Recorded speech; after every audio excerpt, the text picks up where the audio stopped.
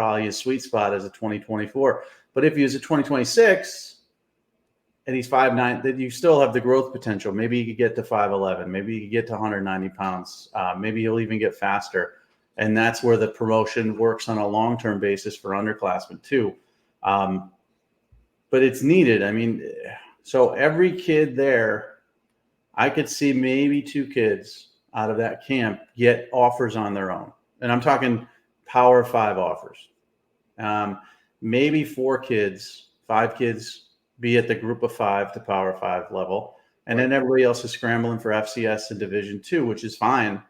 It helps pay for your school, and FCS especially is with the transfer portal. But they're going to have to fight tooth and nail to get anything. And that's where the promotion is going to help them quite a bit. So we saw a couple of kids that, I think we could get offers for within a month, maybe 2 weeks. Yep. And then we saw some kids that it would be a long 6-month, 7-month grind to get them where they need to be, like Calicari, but we could get them there. But without the promotion, I think they're going to struggle on their own because it's great. One kid went to a camp a couple of weeks ago and he got a bunch of colleges following him on Twitter. That's great. But having a social promotion from us where we're putting out the video and talking over it, it's better than follows. It's actual evaluation. And so what I came away from this camp was, a lot of kids we could help. A lot of kids need our help. And I think, that's going to be the case for any non-all-star camp out there. Absolutely. When you have, they like to say under, what do they call them? Under the radar guys, right? There's a whole business built under the radar videos from it. And that's what you have, though. You have an under the radar person, but has the ability to get there, or just needs a boost, or is it a place that, people don't travel to go to that often. Only a few schools go to. The kid, the Delaware thing is always an example because it was interesting because there's a lot of there was like a crew of like 8 or 9 Delaware kids, and the quarterback who's the 2027 Jamison Tingle. He went 8'11" on the broad as a 2027 in a 4.85 and had a cannon arm already as an 8th grader. Is listed as 6'1", 185. That's a guy who will benefit tremendously. I mean, already has the potential, but it was interesting because I brought it up to you. If you remember at the camp, I said, remember the old, it was Red Lion. Then it became, something Christian school where. Oh yeah. It says Red Line and it became, I forget what they called it. I know. Well, they were the Honey Badgers, but I can't remember what the school was.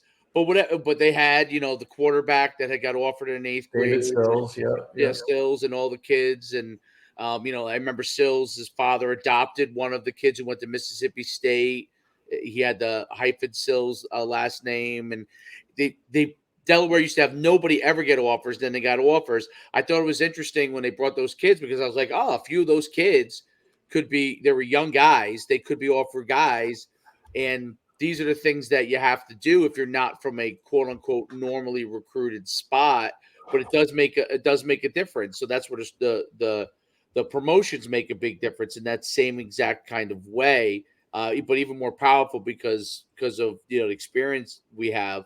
And then a funny other thing I thought about was when you're talking about how you when you would go to camps, you kind of stay in the same spot.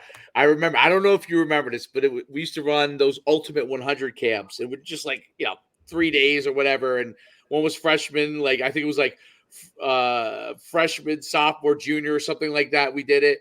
And I remember one of them was in Atlanta. I can't remember the school, but it was right outside Sandy Springs. And it was so blazing hot. I remember Jeremiah George, his shoes were actually melting. Who went and played in the NFL he was at that camp and went to Iowa State. And he was telling me, he's like, my shoes are on fire. I'm like, what do you mean? He's like, no, they're actually melting. He's like, They're actually melting. Yeah. I'm like, oh. And then I didn't know what to do. I turned around over and you used to take the towel and you would get the water and you put it on it and you put it over your head. Yep. I saw you standing in your normal spot with the hat on, like you always have, with the rag over your head. I said it must be blazing hot Oh because my Mike God. has the So thing on his head to keep himself cool.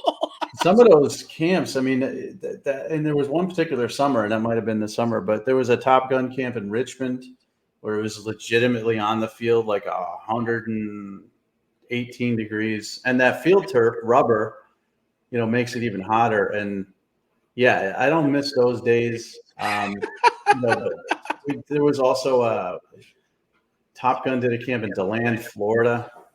And all these big names. It was like Top Gun at that time, had the Sharif Floyds of the world and, a bunch of 5-star guys, Ari Quandro. It was just blazingly hot. So this was cold, in that indoor facility. It's still not heated that well.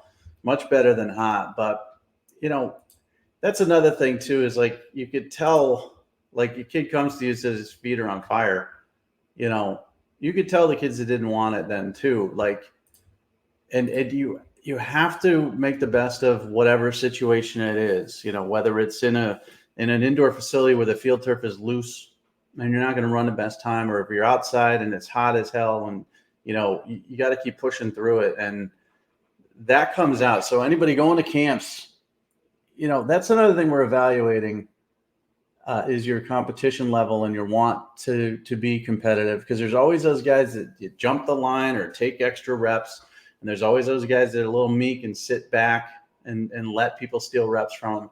And that's what colleges are looking for too. So, the camp process is evaluation from the second you arrive to the interview process and everything in between. So you got to be on your best. I don't know why I'm acting now. Let me mute you and unmute. Yeah, to try that again. Is that all right? Yeah, still going. Are you? Yeah. Did you change something? I didn't change any.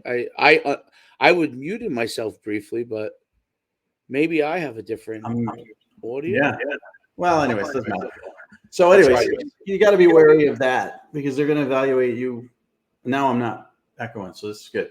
They're going to evaluate you at every level, no matter what level it is. And like I said, it's not always the most talented kids that get scholarships. Sometimes it's the kids that work harder than everybody else. Sometimes I was having a discussion. I met with Mark Bashanek, who has worked with me for 20 years and used to work with you way back in the beginning of your camps and stuff. And I had lunch with him, and then John Schmid, the All-American Game, personnel manager, part of the selection committee for the last 20 something years. And we were talking about the NFL, and we were talking about sometimes we see names pop up of kids that we knew were good, but not great, but they're 8-year NFL veterans now. Trenton Irwin is a great example. Now, Trenton Irwin is a wide receiver for the Cincinnati Bengals. He's their number 4 wide receiver.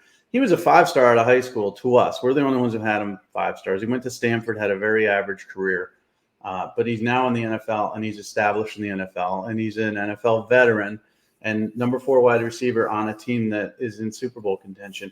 And the thought process that we had was Trenton Irwin was always good. He was a great 7-on-7 player. We had him as a 5-star talent, but that isn't why he's in the NFL. Like, his career wasn't great at Stanford.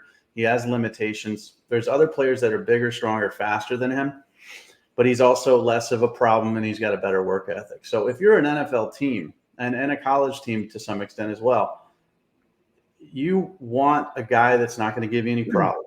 A guy's going to be yes or no, sir. Always do what you want him to do. Work hard. You're not going to have to babysit him. If you're that guy. So I saw some kids on Saturday that are probably slightly less talented than some 3-star kids that will get offers.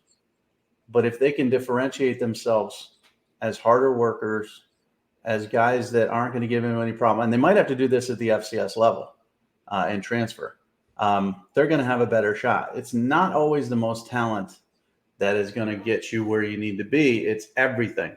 Character, grades. You made a grade speech.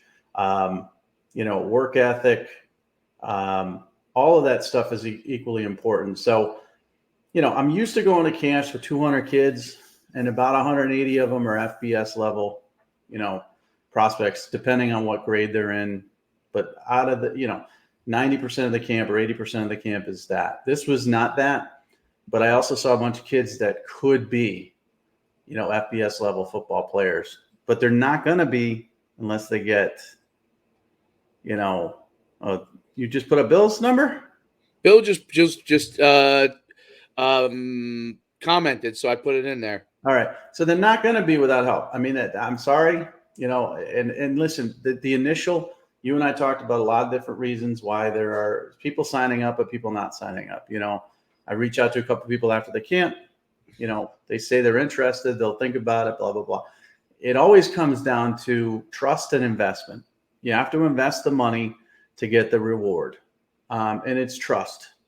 Do I trust these people? Are they just taking my money? Are they just going to do, a couple videos and forget about me, blah, blah, blah.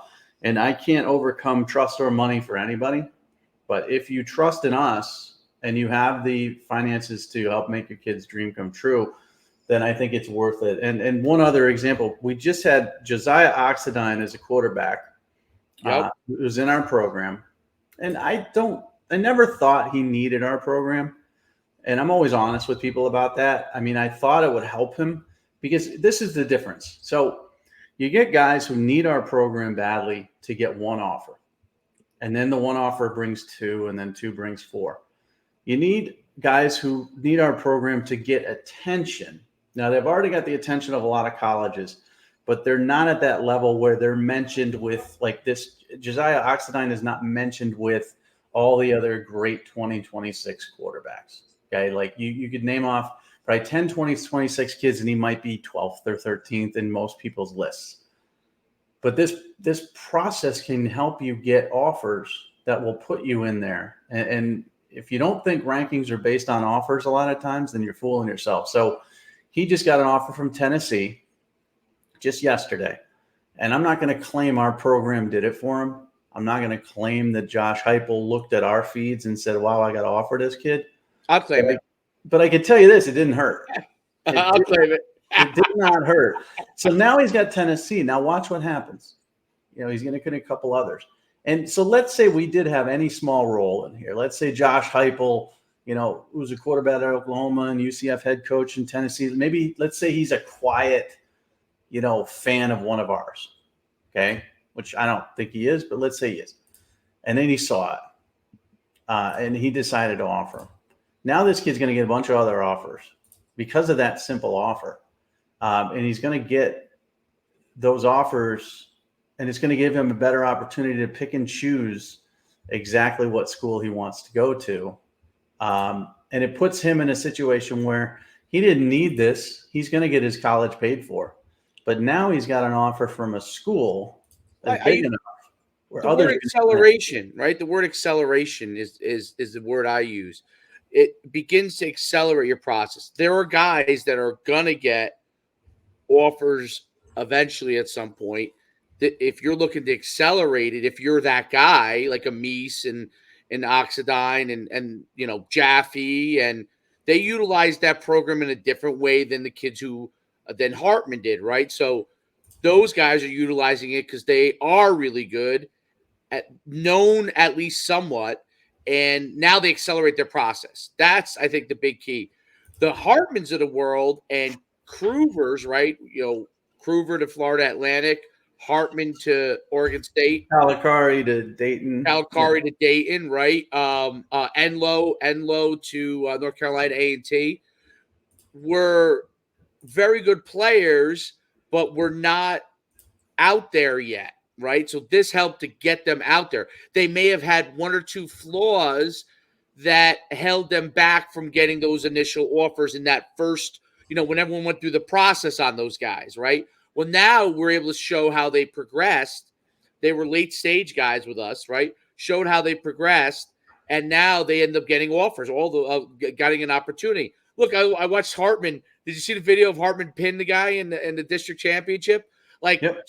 It also validates to me and you, I think, hey, man, we were right in saying that this kid had the ability to be a Division I player, because look at him pinning and winning the districts, now going on to states. Like, he's a big guy, a big bear of a man who can move and is strong in hand-to-hand combat.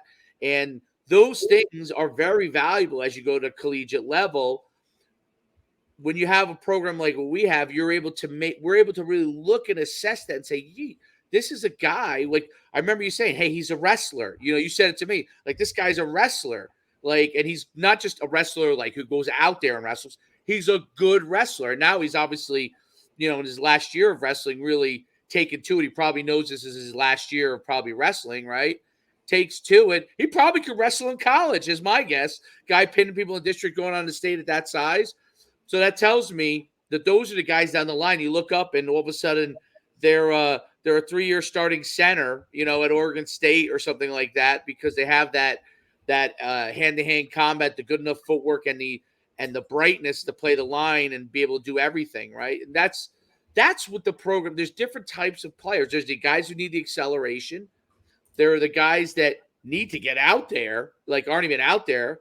There are the young guys that are early stage in the program and want to really boost their process, get them, Marshallicks of the world, right? Who he was there. He did an excellent job he was in the showcase portion. And so there's different stages. So what I think I found, and I think you agree with this, we're able to kind of figure out where each person is in their process and tailor that so the guys who end up looking at it from a college standpoint see that they're in that part of the process and can evaluate them as is there, which I think is powerful. That comes from experience to me, at least the way I look at it is our experience, the many years of seeing so many different guys, right? You kind of have that experience to know what stage you're in, and you can help evaluate from that process. Yeah. So, I think everybody or most of the people who have signed up for it have been happy. We've had some one-timers that, have gone on, didn't want to do, anything beyond the one time, and they've gone on to, maybe lesser than I think they could have had they done the 6 month. But that's, that's nothing I can do about that. And I think it comes down to eventually just like, we could tell you about it over and over again. We could, give examples over and over again.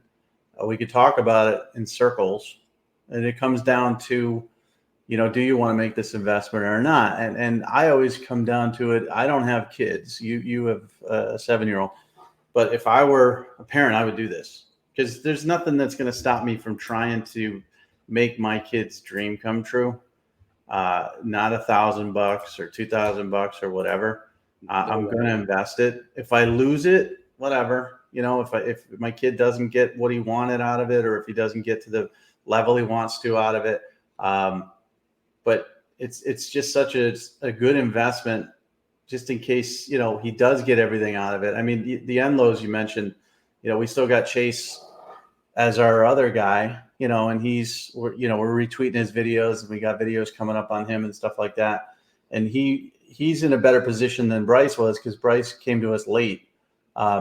But Bryce going to A&T is great. I mean, that's great. He had nothing before, and now he's going to HBCU, great college. His brother will probably go a little bit higher level than that if he decides to, or he could go to the same school because that's what brothers tend to do. They're happy, and I'm sure it wasn't easy for them to hand over money to us.